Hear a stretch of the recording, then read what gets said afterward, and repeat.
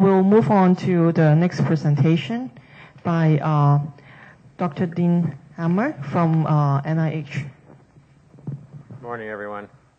I'd like to thank the organizers for inviting me, especially because I've been away from synthetic biology for a long time. It was actually about 35 years ago. I was a first-year graduate student at Harvard Medical School, and I walked into Charlie Thomas's office and said I was looking for a project. And he said, read this manuscript. And he handed me a manuscript he was reviewing, actually. And it was by some guy named Hamilton Smith at Johns Hopkins. He said, this is going to change biology. And it was something about restriction enzymes, which no one had really ever heard of. It seemed pretty specialized at the time. But Charlie Thomas was right about that one thing. And by the time I was halfway through my PhD, the first recombinant DNA molecules had been produced. The first cloning experiments had been done in E. coli. And by the time I finished my PhD, the first genetically engineered animal cells had been produced. And actually, that was my thesis project, using SV40 as a vector to put genes into animal cells. And a year after I got my PhD down at the NIH, we, for the first time, genetically engineered animal cells to produce post-translationally modified proteins. So that was a very quick start to the field. It's really quite remarkable how quickly it's gone. I then left the field and started working on other things. I worked on the gay gene, the God gene, and a lot of other very non-synthetic biology type of things. But when my lab began to work on HIV and AIDS about 5 years ago, I realized it was time to return to synthetic biology because there was really a pressing need for a new approach to HIV. I'm sure you all know it's an epidemic that has really swept across the world. It continues to grow every year. It's beginning to become a very serious issue in Asia and in China in particular, and it's something for which we desperately need new approaches. So I'm going to talk about trying to use bacteria to fight HIV. And in particular, I'm going to talk about an approach that we call live microbial microbicides. I'll start by telling you what microbicides are and why we need them. I'll talk about using E. coli as a rectal microbicide and lactobacillus as a vaginal microbicide, and some of the future prospects for the area. Okay, so what is a microbicide? It simply is a substance that can prevent transmission of HIV when topically applied either to the vagina or to the rectum where sexual transmission occurs. And traditionally, we think of microbicides as something like a gel or a cream or a lubricant or a suppository. But I'm going to talk about using live bacteria on the vagina or in the rectum for the same purpose. How do microbicides work? Well, basically, they just have to stop HIV from getting into the body and from replicating. So they could be as simple as a physical barrier, like some sort of a plastic sheet, for example, like a sort of a condom. More likely, they would be something that would bind to the virus and inactivate it, a virucidal agent. They could prevent the entry of the virus into the cells. HIV has a very specific entry pathway that uses multiple receptors and co-receptors and viral proteins. It also could be something that stops the virus from replicating once it is inside the cell. That's how most of our current HIV therapeutics work. Or in principle, it could be something to boost the body's own natural defenses against HIV. Now, you might be wondering, why think about a microbicide when there's been so much emphasis on having a vaccine, which of course is the traditional way of blocking viral infections. That's the way that the polio epidemic was stopped, for example. And this slide just points out that the main advantages of microbicides are that, first of all, we already have a proof in principle of how a microbicide would work, because we have multiple different compounds that we know can block HIV infection in humans. And these are all the anti-HIV drugs, the antiretroviral drugs, which are now used very successfully to control HIV infection in infected people. And furthermore, we now have compounds that can act at many different points in the viral life cycle. We have fusion blockers, we have entry blockers, we have replication blockers, so that we actually could have a multiple approach to making a microbicide. The problem with microbicides is that they're transient. In other words, if you put on a gel, for example, or a suppository, you have to do it before the sexual act. And then the next time you have sex, you have to do it again, because they only last for a while. And so as a result, the efficiency is dependent on the user. In other words, you have to think ahead of time. So people that are just out at the bar or karaoke, or people that are forced to be sex workers, for example, may not have time to or the wherewithal to think about that. And this is the problem with all barrier methods like condoms. Condoms work great if you use them. But what about vaccines? Of course, the good thing about vaccines is that they would provide long-lasting protection. So one shot, maybe when you're a child, and hopefully they would protect you for the rest of your life. But the problem with an HIV vaccine is we do not have any proof in principle. And in fact, the one thing that we know about the human immune system is that it does not protect people against HIV. And we know that because everybody who gets infected with the virus has an immune response. They make antibodies, they make reactive T cells, and yet they are not protected. And instead, HIV becomes a chronic disease, ultimately overtakes the immune system, and kills people. So there's no evidence at this point that the immune system can protect people against HIV. And this is really a fundamental problem. No matter how good the antigens are, no matter how fancy the delivery system is, if the immune system doesn't protect you, a vaccine simply isn't going to work. So it's going to take some fundamental re-engineering of the immune system to get a vaccine to work, which is really a big a block in the whole area right now. So what we'd like to do is to combine the advantages of a microbicide using compounds that are known to block infection and the ideal advantage of a vaccine, which is to make something long-lasting. And our approach is to make a long-lasting microbicide by using microbes that can exist in the human body for a prolonged period of time. At least that's the idea. Okay, so our basic idea is to take the bacteria that normally live in the vagina or in the rectum and to simply re-engineer them so that they now become anti-HIV microbes. And the reason we think this might be possible is that, first of all, we already have a lot of bacteria growing in the gut and growing in the vagina.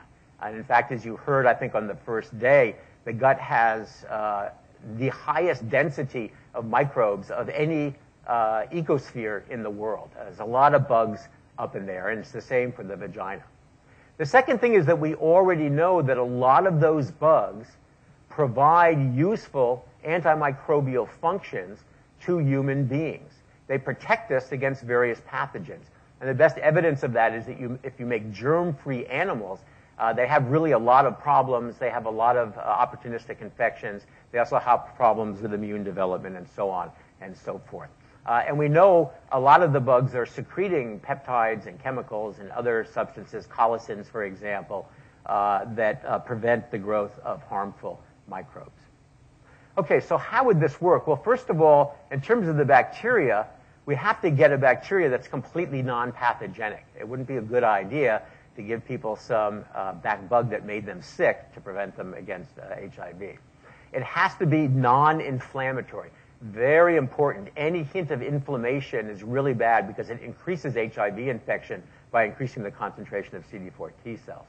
And of course, they also have to be highly colonizing because you're going to have to get a lot of the bug up there to protect you. In terms of the peptide or the substances that are secreted, we need something that's potent because we need it to block HIV effectively. And it has to be broadly active because HIV comes in a lot of different flavors. There are tremendous amount of viral variation, and we need to protect against all the different types. This is the approach that we took. We decided to start with E. coli to make a rectal microbicide. Rectal microbicides protect against anal sexual transmission, which is still the major form of transmission in all of the Americas, North and South. It's the major form of transmission in all of Europe. And actually, it's probably responsible for about 50% of all transmission worldwide because rectal transmission is so much more efficient than vaginal transmission because the rectum is not a very well-protected area. So we decided to use E. coli, our old friend E. coli, and the particular, where's that thing that says Nissl on it? Strain that we decided to use is called E. coli Nissl 1917. It's probably something you've never heard of unless you happen to live in Europe, where you might know this as a substance that's actually used as a probiotic to protect you against traveler's diarrhea and other inflammatory problems in the gut. It's a type of E. coli that was isolated after World War I in Germany from a person who was protected against the outbreak of enterocolitis. It's an extremely highly colonizing E. coli. We know that it has a lot of different useful energy systems. It's very non-harmful and non-inflammatory. As I mentioned, it's used as a probiotic. And its entire genome sequence has been determined. So we decided to use that bug. And for secretion, we decided to use the hemolysin system. E. coli doesn't secrete many things by itself, but if it has a plasmid with hemolysin on it, it secretes quite effectively. And the signal sequence for hemolysin is actually a carboxy terminal sequence, which is very useful for us. So we took a C52 peptide that blocks HIV fusion. This is a well-known type of peptide. It blocks the entry of the virus into the cells. It acts autonomously. We tagged that onto the hemolysin tail, put that into E. coli, and provided the trans factors that are necessary for transport. And we now are able to get E. coli that secrete large amounts of these hybrid proteins with a C52 HIV inhibitor at one end and hemolysin at the other end. And they make micromolar amounts of these peptides. In fact, these are just Kamasi-stained gels of the fluid supernatant from the bugs. And the major protein, in fact, a major secreted protein, is this hybrid peptide at micromolar levels, which is about 1,000-fold over the effective dose of these peptides. These hybrid peptides are good HIV inhibitors. Actually, they work just as well as the little peptide by itself. And they block all different forms of HIV, including the forms that are known to be sexually transmitted. So they should be good HIV blockers. Okay, well, can the bugs get into animals, and will they persist?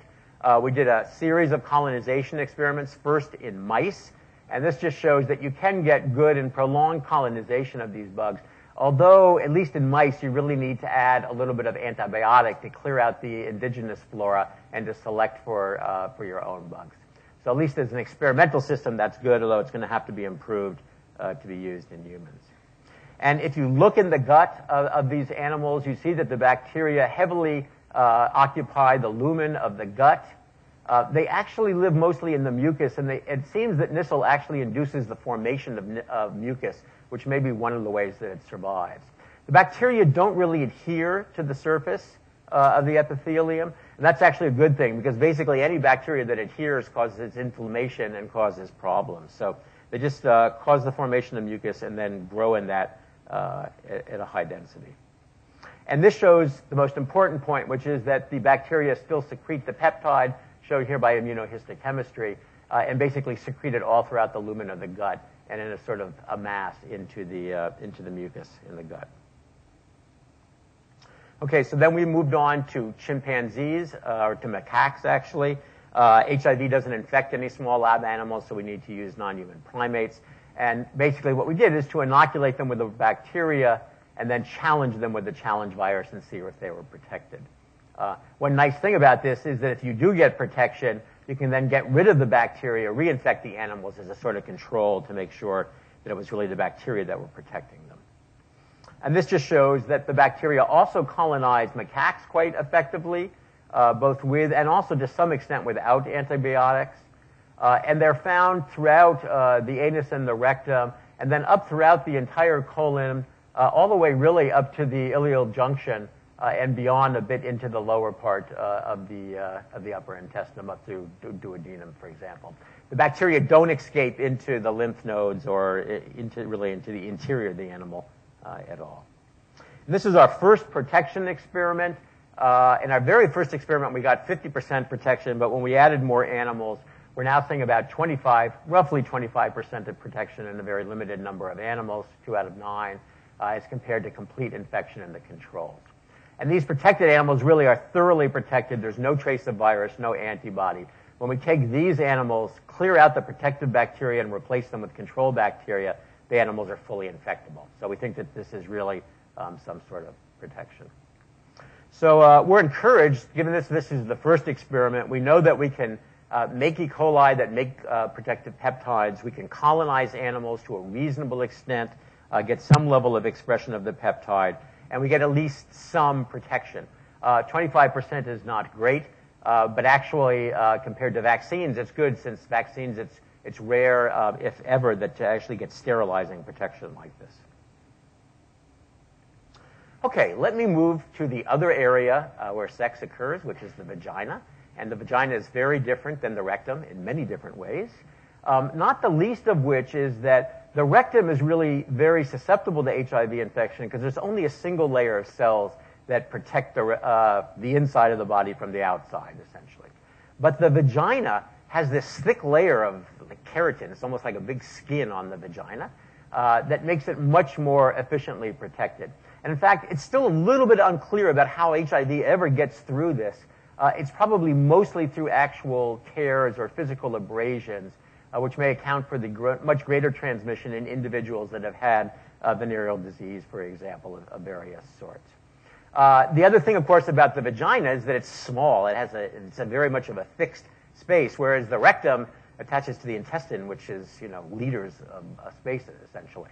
So in principle, this should be a little bit easier area to protect.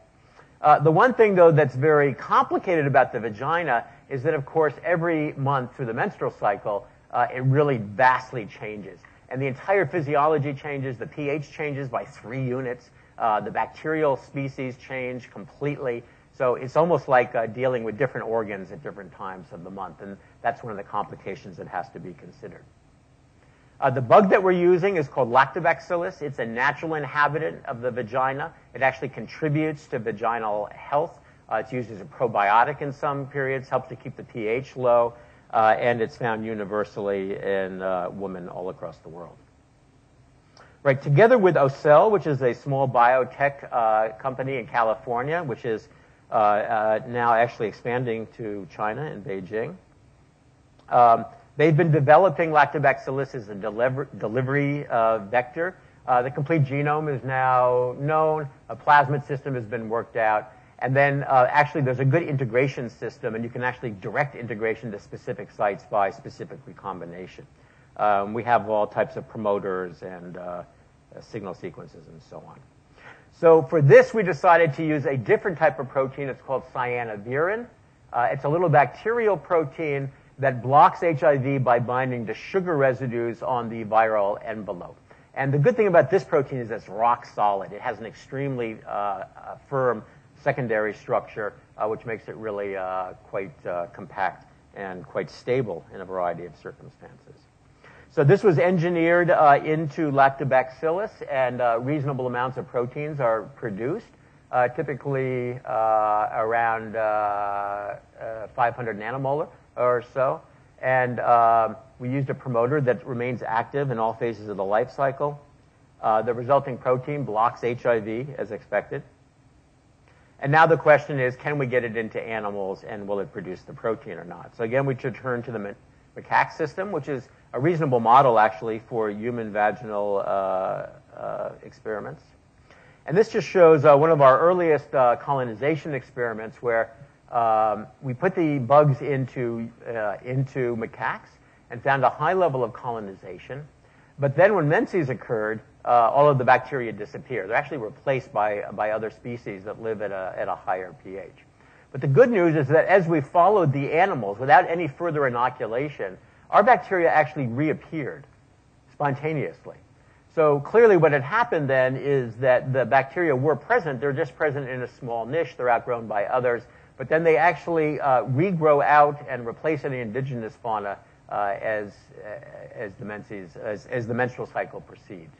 And this is just a streak plate to show how frequent they are, in this case using a blue-tagged bug. They don't have any inflammatory properties. The wall of the vagina looks fine. And then this is an experiment to actually look at protein expression. And here we're looking at vaginal fluids from these animals after several weeks, up to 6 weeks, and seeing high levels of cyanovirin expression. And this is maintained for more than a month, through an entire menstrual cycle, basically. So except for certain parts of the menstrual cycle, we're getting good production of the protein. And here's the immunohistochemistry showing a high level of production, again in the lumen. Basically, the protein is wherever the bacteria are located. And again, these are aggregating within the lumen, but they're not sticking to the cell wall, which in our view is probably a good thing. So we're very enthusiastic about this. It's a higher level of protein expression than we've seen in E. coli. It's a good protector, and efficacy experiments are in progress right now. So just in summary, what we know is we can make bugs that produce these anti-HIV peptides. That's no big surprise. We can, by using the right strains, get reasonably high levels of colonization and have the bug stick for a while. And of course, we're still looking to get a high degree of efficacy. So we're continuing on this work. We're very enthusiastic about it. I just wanted to close by saying there are a lot of other possible applications for synthetic biology in the HIV field. For example, one of the new findings is that a lot of the reason that HIV is chronic and continues to cause difficulties with people, even after medication, is that there is release of bacteria through the gut. The gut is really stripped of its immune system in the first days of infection. And so tinkering with the immunogenicity of the gut microflora could really have profound effects in this disease. I think another area that's one of great interest would be to use bacteria to deliver immune regulators to the gut. Because again, the gut is really the site for HIV replication. It has the most immune material in the entire body. It possibly could be used for vaccine presentation. I'm sure we'll hear more about that in the next talk. And lastly, related to the first talk, the whole idea of re-engineering human T cells to be more specific or to have higher avidity or to have higher efficacy is possible. So there's still a lot of work to be done in HIV. It's still a tremendous problem, and synthetic biology could play a role. I'll thank all my collaborators at the NIH and also at OCEL. And 最后呢，我说谢谢大家。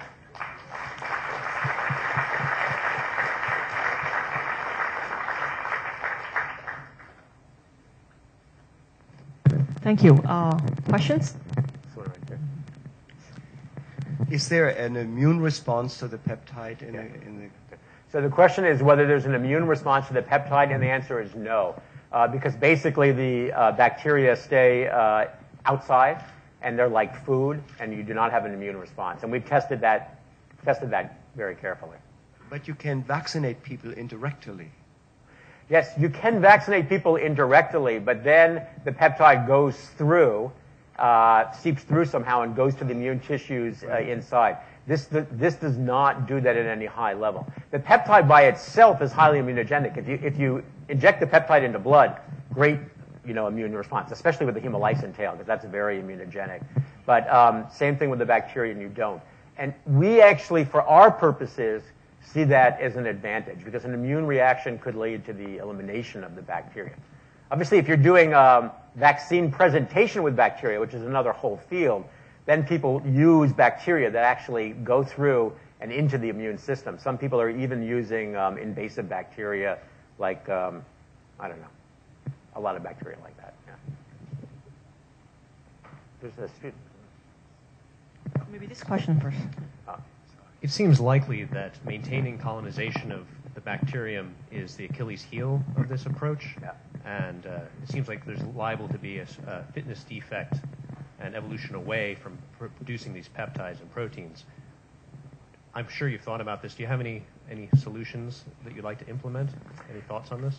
Yeah, I think that you're right. That's going to be one of the greatest difficulties. And the real Achilles heel is that most things that you do to make bacteria colonize better also make them pathogenic if you put on anything that will make them stick to the cell wall. So we've been hoping to engineer in some sort of metabolic advantage that would take even better advantage of sugar utilization. E. coli, actually most bacteria, they find a niche, and that's what limits them, is there's just like some particular carbon source. So we have been working with a group in Rhode Island that's been making natural mutants that colonize better. And we transferred several of their mutations into our strains, and they colonized worse. So I think in principle that's the best way to go, but we haven't in detail been able to implement it yet. But do you have an idea? Well, no, unfortunately. But even if you succeeded in that, it seems likely that that strain will evolve away from producing your protein by mutation.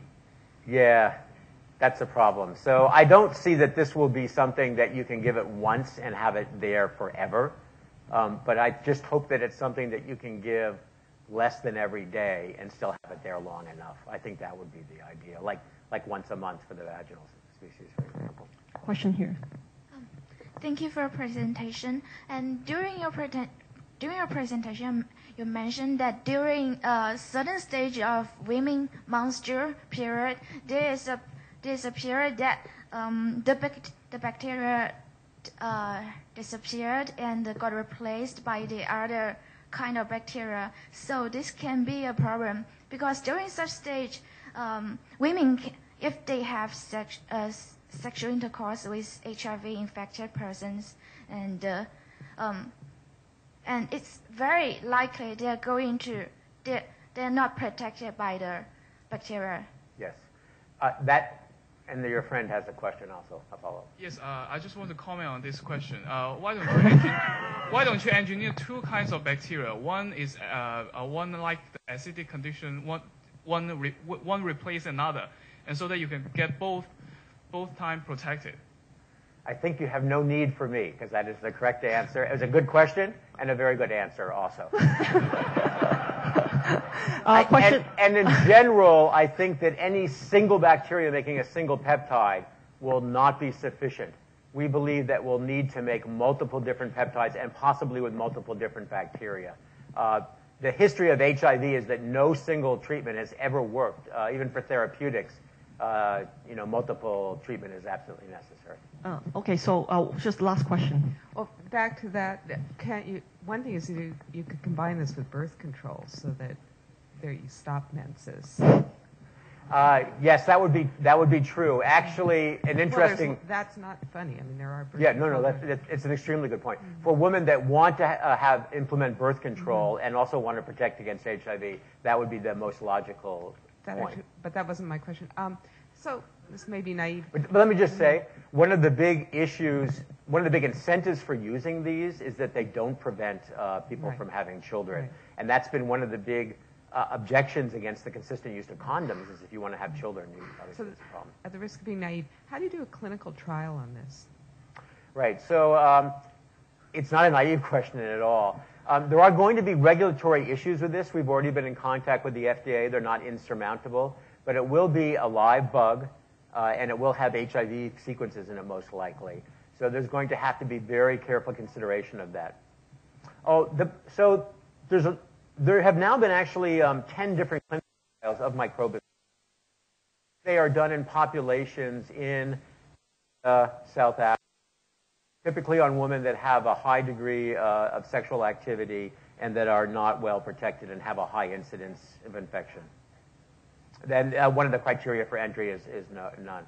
I have myself real ethical problems with that because on the one hand, that's the population most likely to be helped by this. On the other hand, it's also the population that is least able to protect themselves.